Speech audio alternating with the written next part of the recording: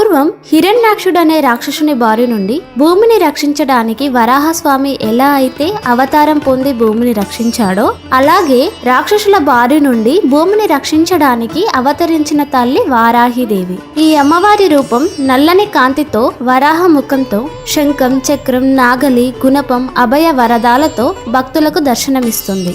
గుర్రము సింహము పాము దున్నపోతు గేదె వంటివి ఈ అమ్మవారి వాహనములు. వీటి మీదనే వారాహిదేవి నిత్యం సంచరిస్తూ ఉంటారు. వారాహిదేవి కథను కొన్ని పురాణాలలో వివరించారు. అయితే ఒక్కో పురాణాలలో ఒక్కో విధమైన కథను మనం చూస్తాం. ముందుగా మార్కండేయ పురాణం ప్రకారం చూస్తే పూర్వకాలంలో శుంభని శుంభులు అనే రాక్షసులు ఉండేవారు. వాళ్ళని చంపడానికి బ్రహ్మ విష్ణు మహేశ్వరులు వాళ్ళ శరీరం నుండి కొంతమంది దేవతలను సృష్టించారు. అందులో శివుడి నుండి శివాని అనే దేవత పుట్టింది. అలాగే విష్ణువు నుండి వైష్ణవి అనే దేవత పుట్టింది. బ్రహ్మ నుండి బ్రహ్మిణి అనే దేవత పుట్టింది. అయితే వీళ్ళతో పాటుగా విష్ణుమూర్తి అవతారం అయిన వరాహ స్వామి శరీరం నుండి కూడా ఒక దేవత పుడుతుంది. ఆ దేవతనే వారాహిదేవి. అలాగే ఈ దేవతలందరూ ఒక్కో దిక్కున ఒక్కో దేవత పాలించగా వారాహిదేవి ఉత్తర దిక్కును పాలిస్తుందని మార్కండేయ పురాణంలో ఉంది. నెక్స్ట్ పురాణానికి వెళ్తే అది దేవి భాగవత పురాణంలో వారాహిదేవి గురించి వివరించగా అందులో పూర్వకాలంలో రక్తబీజుడు అనే రాక్షసుడు దేవుళ్లను మనుషులను సంహరిస్తూ ఉండగా పార్వతీదేవి దుర్గాదేవి అవతారం ఎత్తి రక్తబీజుడిని గాయపరిచినప్పుడు రక్తబీజుడి శరీరం నుండి రక్తపు చుక్క భూమి మీద పడి ఒక్కో రక్తపు చుక్క నుండి కొత్త రాక్షసుడు పుట్టుకొని వస్తుంటాడు. అలా రక్తబీజుడి సైన్యం కొన్ని కోట్ల రాక్షసులను పుట్టిస్తుండడంతో దుర్గాదేవి రక్తబీజుడి సంహారం కోసం తన దేహం నుండి సప్త మాతృకలను పుట్టించింది. అయితే ఇక్కడ మాతృకలు అంటే దుర్గాదేవి అవతారాలు, కానీ ఆ అవతారాలకు తాంత్రిక శక్తులుంటాయి.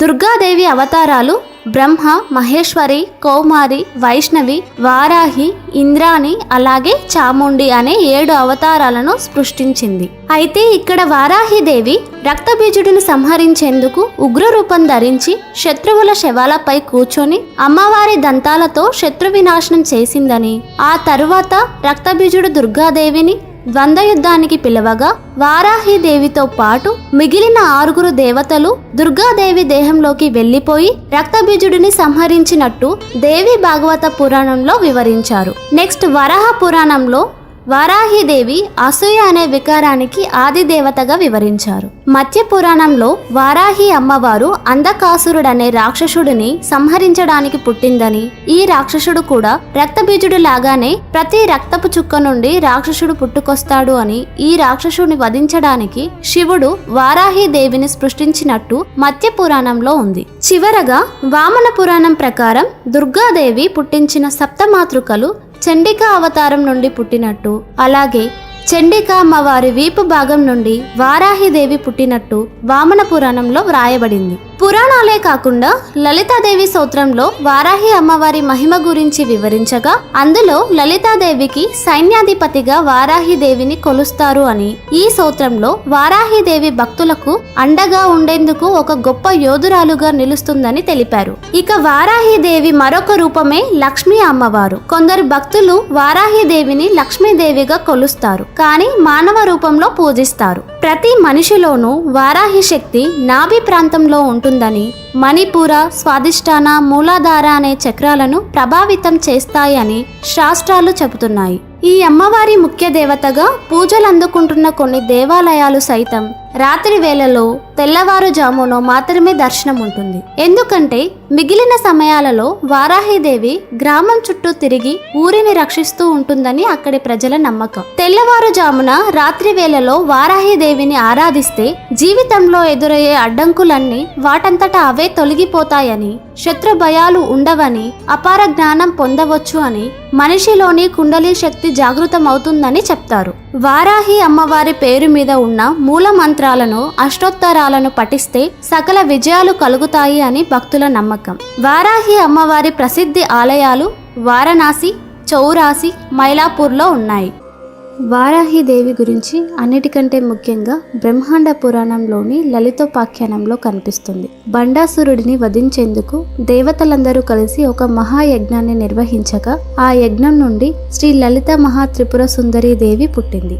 లలితాదేవి మహాసామ్రాజ్ఞి. తన జ్ఞానం నుంచి శ్యామలాదేవిని పుట్టించి ఆమెకు మంత్రి పదవిని అప్పగించింది. అలాగే లలితాదేవి తన అహంకారం నుంచి వారాహిదేవిని సృష్టించి ఆమెకి సేనానాయకి పదవిని అప్పగించింది. అయితే వారాహిదేవి ప్రస్తావన మనం నిత్యం పఠించే లలితా సహస్రనామ సూత్రాలలో 2 సార్లు వస్తుంది. అందులో మొదటిది కిరిచక్ర రథారూఢ దండనాద పురస్కృత అని. ఇక్కడ కిరిచక్ర రథం అంటే వరాహాలచే పూంచబడిన రథం అని అర్థం. ఆ రథం పైన ఉన్న అమ్మవారు దండనాద. ఇక్కడ దండనాద అంటే సేనాధిపతి అని అర్థం. అయితే వరాహాలు పూంచిన రథంపై కొలువు తీరిన సేననాయకి వారాహిదేవి అని ఈ నామ అర్థం. ఇక లలితాదేవి సైన్యంలోను రథ, గజ, అశ్వ సైన్య బలాలన్నీ వారాహిదేవి ఆధీనంలోనే ఉంటాయి.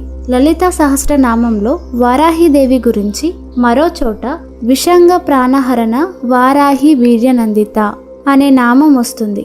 దీనికి అర్థం బండాసురుడి సోదరుడైన విషంగుని సంహరించిన వారాహిని చూసి లలితాదేవి సంతోషించిందని ఈ నామ అర్థం. లలితోపాఖ్యానం పూర్తిగా పారాయణం చేస్తే లలిత, శ్యామల, వారాహితో పాటు బాల త్రిపుర సుందరి, సంపత్కరి, అశ్వరూఢ, నకులేశ్వరి, జ్వాలామాలిని ఇలా ఎందరో దేవతల అవతార విశేషాలను తెలుసుకోవచ్చు. ఇక శ్రీ లక్ష్మీ సహస్రనామ స్తోత్రంలోనూ వారాహి ధరణి ధ్రువ అనే నామం కనిపిస్తుంది. శ్రీ మహాలక్ష్మి లాగానే వారాహిదేవి కూడా వివిధ రూపాలలో పూజలు అందుకుంటుంది. అవి మహావారాహి, మత్స్యవారాహి, స్వప్నవారాహి, ధూమ్రవారాహి, లఘువారాహి, చండవారాహి, క్రోధవారాహి, కిరాతవారాహి ఇలా అనేక అవతారాలలో వారాహిదేవి ఆరాధనలు చేస్తారు. అయితే వారాహి తంత్ర అనే గ్రంథంలో అమ్మవారిని 5 రూపాలతో వర్ణించారు. దాని ప్రకారం ఈ అమ్మవారు అనేక ఆయుధాలు ధరించి ఉంటుంది. శంఖ చక్రాలు, ధనుర్దానాలతో పాటుగా గద, గంట, శామరం వంటివి ధరించి అమ్మవారు దర్శనమిస్తుంది. అయితే వారాహిదేవికి అన్నిటికంటే నాగలి, రోకలి ప్రధానమైన ఆయుధాలు. వీటితో పాటు అభయ వరద ముద్రలతో ఆ తల్లి ప్రసన్న వదనంతో భక్తులను అనుగ్రహిస్తుంది. వారణాసి ఇండియాలోనే అతి ప్రాచీనమైన పుణ్యక్షేత్రం అని మన అందరికీ తెలుసు. కానీ దీనికి ఈ పేరు ఎలా వచ్చింది అని చాలా తక్కువ మందికి మాత్రమే తెలుసు. నిజానికి ఆ ప్రదేశంలో వరుణ, ఆసి అనే 2 నదులు ఈ నగరం వద్ద గంగా నదిలో కలుస్తాయి. అందుకే కాలక్రమేణా దీనికి వారణాసి అనే పేరు వచ్చింది. 12 జ్యోతిర్లింగాలలో ఒకటైన విశ్వేశ్వర లింగం వారణాసిలో ఉండడం వల్ల కాశీలో మరణిస్తే ముక్తి లభిస్తుందని హిందువులు నమ్ముతారు. అయితే ఇక్కడ కొంతమందికి మాత్రమే తెలిసిన పవిత్రమైన పవర్ఫుల్ దేవాలయం కూడా ఒకటి ఉంది. అదే వారాహి అమ్మవారి దేవాలయం. వారణాసిలో ఉగ్రవారాహి అమ్మవారి దేవాలయం ఉంది. ఈ దేవాలయం భూమి లోపలికి ఉంటుంది. ఈ దేవాలయంలో ఉగ్రవారాహి అమ్మవారి విగ్రహం చాలా పెద్దదిగా ఉంటుంది. కానీ విచిత్రంగా ఈ మందిరం లోపలికి పూజారులకు తప్పించి మరెవరికి ప్రవేశం లేదు. ఉదయం 8 గంటల లోపు ఇచ్చే హారతికి భక్తులను మందిరం లోపలికి అనుమతించిన మందిరం కిందికి మాత్రం వెళ్ళనీయరు. కేవలం పైభాగంలో ఉన్న 2 రంధ్రాల ద్వారానే విగ్రహాన్ని చూడగలం. ఆ రంధ్రాల ద్వారా అమ్మవారి ముఖం అలాగే పాదాలు మాత్రమే మనం చూడగలం. కేవలం 4 గంటల సమయం మాత్రమే దర్శనానికి అనుమతిస్తారు. ఆ తరువాత ఈ గుడిని మూసివేస్తారు. అయితే దర్శించాల్సిన సమయం ఉదయం 4:30 నుండి 8:30 వరకు మాత్రమే. ఎందుకంటే వారాహిదేవి వారణాసికి గ్రామ దేవత. చీకటి పడినప్పటి నుండి మార్నింగ్ 3:30 వరకు గ్రామం చుట్టూ తిరిగి ఈ మందిరానికి వచ్చి విశ్రమిస్తుంది. అందువలన అమ్మవారి ఆలయంలో కేవలం 4 గంటల పాటు మాత్రమే పూజ చేసి భూమిలో ఉండే అమ్మవారిని దర్శించుకోవడానికి ఏర్పాటు చేసిన 2 రంధ్రాల నుండి దర్శనం చేసుకోవాలి. ఈ అమ్మవారికి పూజ చేసే పూజారి మాత్రం నిమిషాల వ్యవధిలోనే అలంకరణ చేసి హారతి ఇచ్చేసి సెకండ్లో భూగర్భ గదిలో నుండి బయటకు వచ్చేస్తాడు. ఆ తర్వాత ఆ రంధ్రాలలో నుండి భక్తులకు దర్శనానికి అనుమతిస్తారు. అయితే ఇక్కడ జరిగిన ఒక సంఘటన మాత్రం అందరినీ ఆశ్చర్యానికి గురి చేస్తుంది. అది కొన్ని నెలల క్రితం కొత్తగా పెళ్లైన ఒక జంట అన్ని దేవాలయాలు దర్శనం చేసుకుంటూ కాశీకి వచ్చి వారణాసిలో ఉన్న వారాహి అమ్మవారి టెంపుల్ కి వెళ్లారు. అయితే పూజారి ఎప్పటిలాగానే రంధ్రాల నుండి చూసి వారిని దర్శించుకోమని చెప్పాడు. కానీ వాళ్ళు వినలేదు. మాకు డైరెక్ట్ దర్శనం ఇప్పించండి అని వాదించారు. దానికి పూజారి ఒప్పుకోలేదు. దానితో వాళ్ళు అమ్మవారు ఉగ్రరూపంలో ఉంటుందా, భక్తులను చూడనివ్వరా అని పూజారితో వాదించడం మొదలుపెట్టారు. అప్పుడు పూజారి, అమ్మవారికి శాంతకళ, ఉగ్రకళ అనే 2 రూపాలున్నాయి. శాంతకళతో ఉన్న అమ్మవారిని ఎదురుగా వెళ్లి దర్శనం చేసుకోవచ్చు, కానీ ఉగ్రకళ అంటే దుష్ట సంహారం కోసం ఎత్తిన అవతారం. ఆ కళని సామాన్య ప్రజలు చూసి తట్టుకోలేరు. నేను వెళ్తేనే ఆ కళ తట్టుకోలేక త్వరగా పూజ ముగించి వచ్చేస్తాను. మనం సూర్యుడిని ఉదయం చూసినట్టు మధ్యాహ్నం చూడలేము. ఉదయం ఉన్నది అదే సూర్యుడు, మధ్యాహ్నం ఉన్నది అదే సూర్యుడు. కానీ మధ్యాహ్నం చూస్తే కళ్ళు కనపడవు, దృష్టి పోతుంది.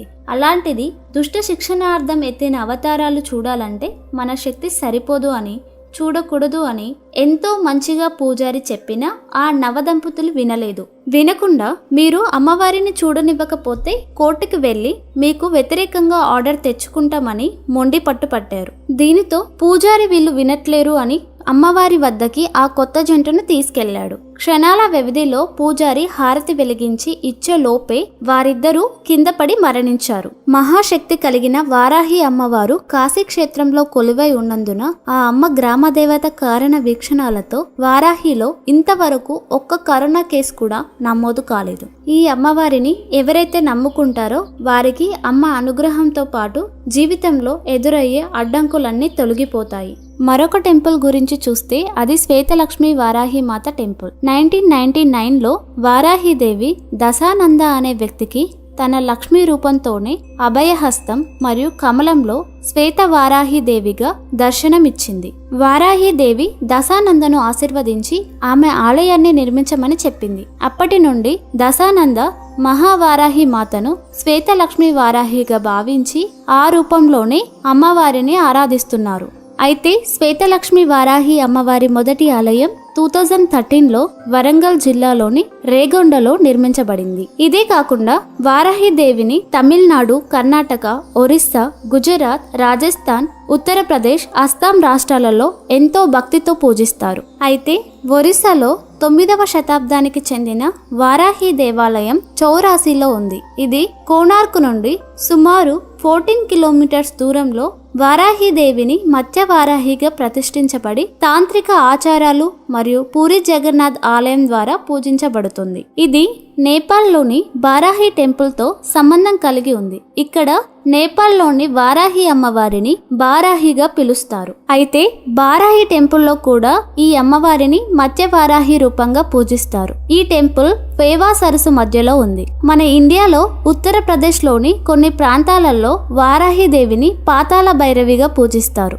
రాజస్థాన్లో 900 ఇయర్స్ పురాతనమైన వారాహి అమ్మవారి దేవాలయం జైపూర్లోని అంబర్లో ఉంది. గుజరాత్లోని దాదానా అనే గ్రామంలో ఒక వారాహి టెంపుల్ ఉంది. ఇక్కడ దేవతను దాతానియా అనే ఇంటి పేరుతో గోత్రాదేవిగా ఈ అమ్మవారు పూజించబడుతోంది. అలాగే తమిళనాడులోని చెన్నై, మైలాపూర్లో వారాహి టెంపుల్స్ ఉన్నాయి. దీనితో పాటుగా వేజంతంగల్ దగ్గర పెద్ద దేవాలయం కూడా ఈ అమ్మవారికి నిర్మించబడుతుంది. అలాగే తమిళనాడులోనే మరొక ఆలయం తిరుచిరాపల్లిలోని ఒరియూరులో కులుమణి రోడ్, మంగళ్ నగర్కి వెళ్లే మార్గంలో వారాహిదేవికి సపరేట్ గా ఒక ఆలయం ఉంది. వీటితో పాటుగా మహావారాహి అమ్మవారి సన్నిధి బృహదీశ్వర ఆలయం దగ్గర తంజావూరులో విడిగా ఉంది. మరొక ప్రముఖ మహావారాహి దేవాలయం కోయంబత్తూరులో కొలువై ఉంది.